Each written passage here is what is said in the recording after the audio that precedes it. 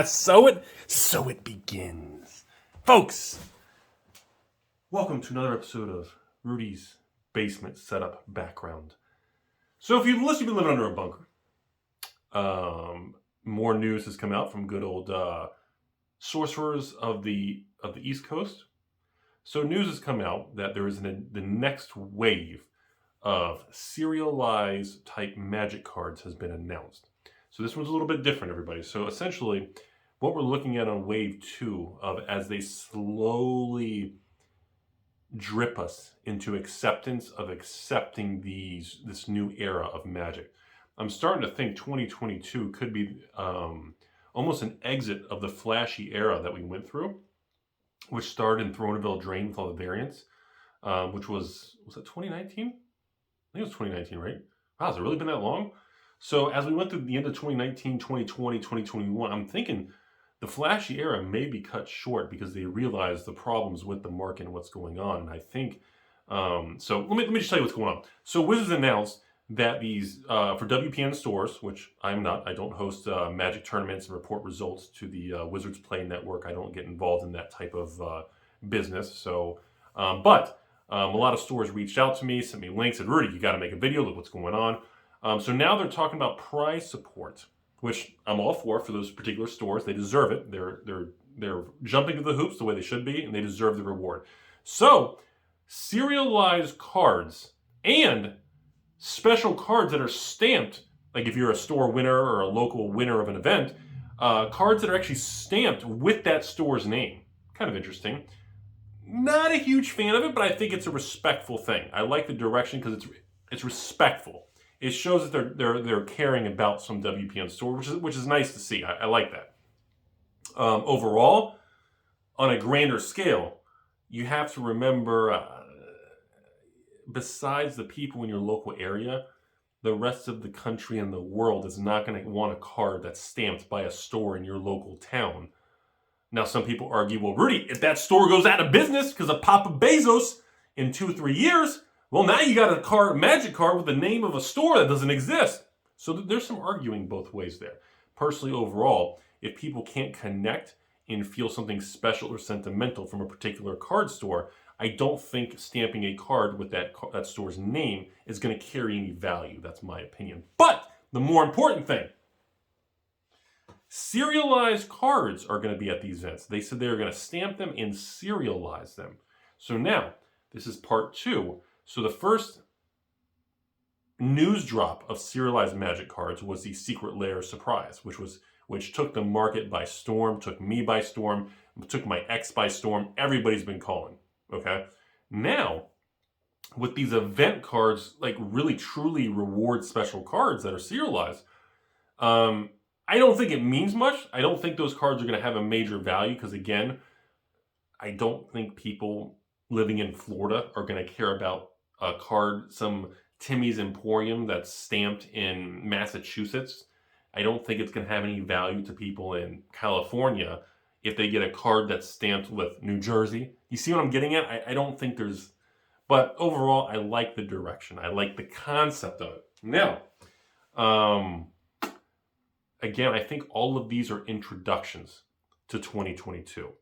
Okay, this is exactly what Wizards did when they invented the extended art box topper, where the first time in Magic's history, they started to have artwork extend outside the card frame and redo the card frame back before 2019, when, or a couple of, God, has it really been that many years? When Ultimate Masters was released. And before Ultimate Masters, we never even seen extended art, box toppers. We didn't even know what that was. So, but they were easing us in. They kind of tested the market's reaction.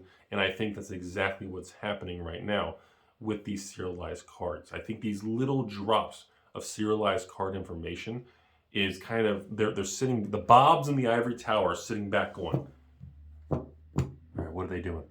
Wait, what's going on? Are they happy over there? Are they upset? Are they pitchforks? No. Okay, everyone's good. I genuinely think they are really kind of watching everyone's reaction online, because they're just making sure nothing dramatic happens, which so far, the response has been pretty positive. And on top of that, I want to be on record that 2022 coming, since they're already dripping these things out this year, 2022, we are going to see some serious serialized Magic cards. I mean, I don't think we're going to see serialized booster boxes yet. I think we're a year or two from that. But I think serialized, true serialized chase lottery cards are coming. Brothers War artifacts, really rare numbered serialized artifacts, which would be incredible. Could you imagine Kaladesh masterpiece inventions that are all out of like 100? Could you imagine? Could you imagine a special version? There's a one of every version though, that's like hand drawn by the artists themselves. Like there's a hand drawn, like a black and white, actual, not a stamped, not a gold stamped signature. Imagine if we had Kaladesh masterpieces. How amazing. Or Zendikar expeditions, okay? And imagine if there was a 1 of 1 or 1 of 10 or 1 of 5 of each fetch shock expedition card that had a hand-drawn version of the actual artist actually signing it and doing kind of like a sketch version. Could you imagine that? Like, holy smokes, man. Or, again, you can do all kinds. Can you imagine if there was like a 1 of 1, 1 of 2, and the cards connected like the panoramic art, but they're hand-drawn, and you got to chase each piece? Oh my... The design space is almost limitless. But okay, what I'm getting, one more. Like a portrait, like a 9-card portrait, like they did with Fleer and Flare in Marvel cards in the 90s. Like there's a 9-card Magic portrait, like the Black Lotus or Chaos Orb from the 90s, and they all connect, and the artist literally takes all the cards together, draws a huge piece of art, and then they take each card and throw them serialized random into the system. Oh my God. Like, that's what I'm getting at. I think 2022, because of the weakness we're seeing in Innistrad, Midnight Hunt, Crimson Vow, D&D, even Strixhaven right now, which is very surprising to me. The weakness we're seeing, I'm telling you, they're aware of it. In next year's products, Double Masters 2, I'm telling you right now, Double Masters 2, Quad Masters, I'm talking, is going to be the newest, most up-to-date, craziest washer dryer you've ever seen in your life. And I'm telling you, Quad Masters 2 squared mat, whatever it is going to have a super mega chase card. And I think the VIP $100 packs is where they're going to put the chase cards. And I think we're going to see some crazy shit, everybody. I'm telling you all, it's coming, and everyone's going to lose their mind. So, point of this video is to let everybody know this stuff is in the works. Okay? We are now on part 2 of another wave of serialized cards being put into the system through actual stores and tournaments and things, which, hey, I think it's great. I'm not a part of it. I don't get any access to it, but I'm happy to see the people who are actually doing tournaments, actually hosting FNM, actually reporting to Wizards, following their guidelines, the extra layer of guidelines for WPN, not just a store access, but WPN store. I'm happy to see some respect. I think it's a good choice. It's a good direction. But let me tell you something. This is now the second time they're dropping serialized cards. I'm telling you, the third and fourth one, I think the third one's going to be more secret layers. So I'm telling you all, the third and fourth serialized stuff coming is going to be 2022, and you're going to see some crazy shit, man. This stuff's going to be hidden in packs. You're going to see some really weird things, and it's going to take the market by storm. And the entire market is going to go from bear market to straight up bull market. I'm talking, again, Jeff Bezos, giant rocket, starts with a P, right into space, just to prove he could do it. I'm telling you, we are going to see a huge attitude and market sentiment shift from bearish and too many variants. You're going to see a whole shift from that variance, and all these flashy versions aren't worth anything, and everyone's going to be like, serialized cards, that's stupid. Nobody wants that crap. That's dumb. Bro, does anybody have any serialized cards? Like, seriously, that's what's going to come.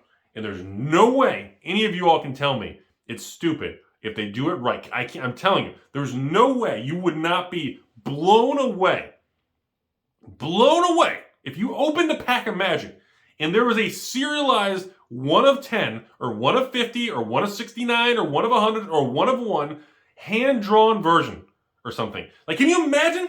Can you imagine, like, Mark Tiden? Oh my God, it's been so long. Can you imagine if Mark literally did some sort of sketch, or Dan Frazier did a sketch version of like Jeweled Lotus or something, and he signed it, and then there's a special variant that had a Richard Garfield signature or Mark Rosewater signature. I know a lot of you hate Mark Rosewater, but I'm just saying, I think it would be cool. I think it would be cool. It would make the customer feel special. I want to feel special. I'm a unique snowflake. I want to feel fucking special. And that's what the market wants. That's what the money chases. The money going to MetaZoos and Flesh and Bloods and Pokemon, Weiss, Force of Will, Final Fantasy, Dragon Ball Super. The money going everywhere is chasing goodies. We all want goodies. I like goodies. And I think Magic's going to deliver. I want to be on record. I'm telling you all right now, they are going to blindside us with the biggest, floppiest fish. And Chuck Norris is going to roll the window down and give you that little wink. And I'm telling you all, it's coming. Wizards is not going to sit back and just watch all these other card games and all these serialized cards. I'm pretty sure. Isn't MetaZoo doing serialized cards in the next set? And I know Weiss already has Super SP Chase Serialized 1 of 10 cards. Which, if you can find one, somebody sent me a link to a private thing where somebody bought one for like $3,000 to $4,000 for Serialized Super Chase Weiss card. Like, crazy stuff, man. And I'm telling you, Wizards is not going to sit back and watch Weiss do serialized cards, MetaZoo do serialized cards. I don't think Flesh and Blood has any. I don't know. They haven't said anything. I haven't asked them, but I don't think they have plans to. But I'm telling you, the market is moving, and everybody needs to keep up. Okay? If you are not on your A game, you're going to get smoked. Your economy with your card game in the secondary market is going to just drip lower. Everybody who's in this industry right now is fighting for attention, eyeballs, views, value, secondary market. Everybody's fighting for it, and you need to deliver. And if you don't deliver, the market and your product on the secondary market and stores reordering and distributors reordering, requesting, it's going to reflect it. And I think right now, going into 2022, now that we went to the moon in 2020, we went to the moon in 2021, and now we got this bear market, everything's cooling back off at the end of 2021. I'm telling you all, 2022, I have a funny feeling. And again, I'm not saying I have inside information. If I did have inside information, I wouldn't tell you. But pretending that I did have inside information, even though I don't have inside information, and I'm really just Timmy and I don't have any information, although let's pretend for a second that I did have inside information, even though I don't have inside information because this is an entertainment channel. Final thought, it's coming. And it's going to knock your flipping, I'm telling you, you're going to grow a third leg and chairs are going to be obsolete. I'm telling you, she's coming.